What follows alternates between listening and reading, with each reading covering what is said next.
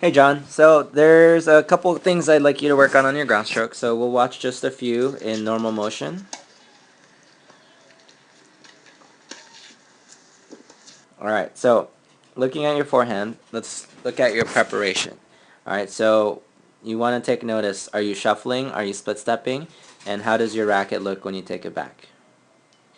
Alright, so you shuffle, but you didn't split step there. Alright, so your racket preparation looks pretty good.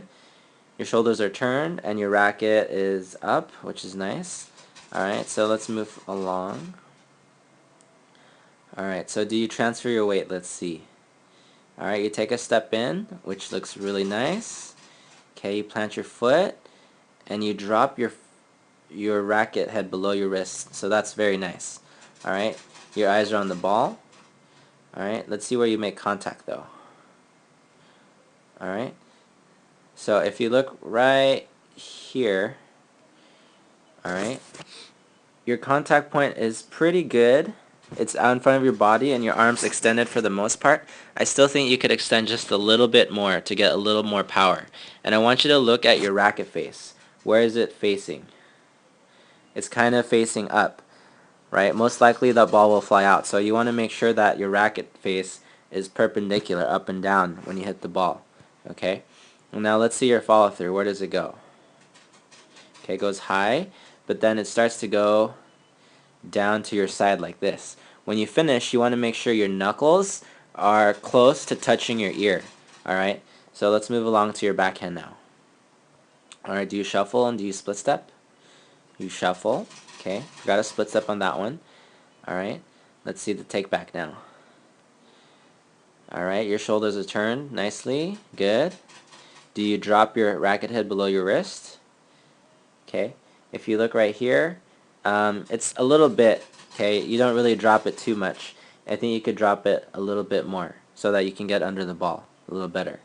Alright, you do transfer your weight, okay, and your contact point is a little bit too close to you. Try to get it a little further in front where your foot is, okay? Alright, following through. I want you to really work on this when you start to hit at practice, because if you look at your follow through, where does it go? Alright, look at that versus where it should be, knuckles up in this area by your ear, okay? So let's look at two more. Alright, so on your forehand, shuffling, okay, make sure you split step in the future. Your racket preparation is good. Your racket's up and down. Alright, shoulders are turned. One thing I could suggest is with your left arm, try to keep it straight instead of bent. It's going to help you turn your shoulders a little bit more. Alright. You drop your racket a little bit. Could still drop a little more. And where's your contact point? Alright, so it's in front and your arm's extended, but it is a little bit too high. You want to try to get it more waist high.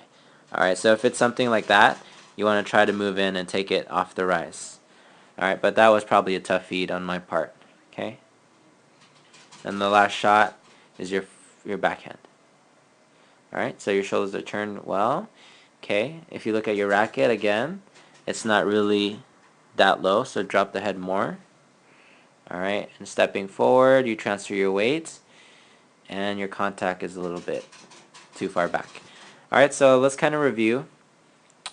When you hit, make sure that you split step. Alright, second, make sure that you transfer your weight all the way in by stepping forward. And try to work on getting your contact point and your follow through. So with your contact point, really go ahead and try to reach further in front. Extend your arm a little bit more.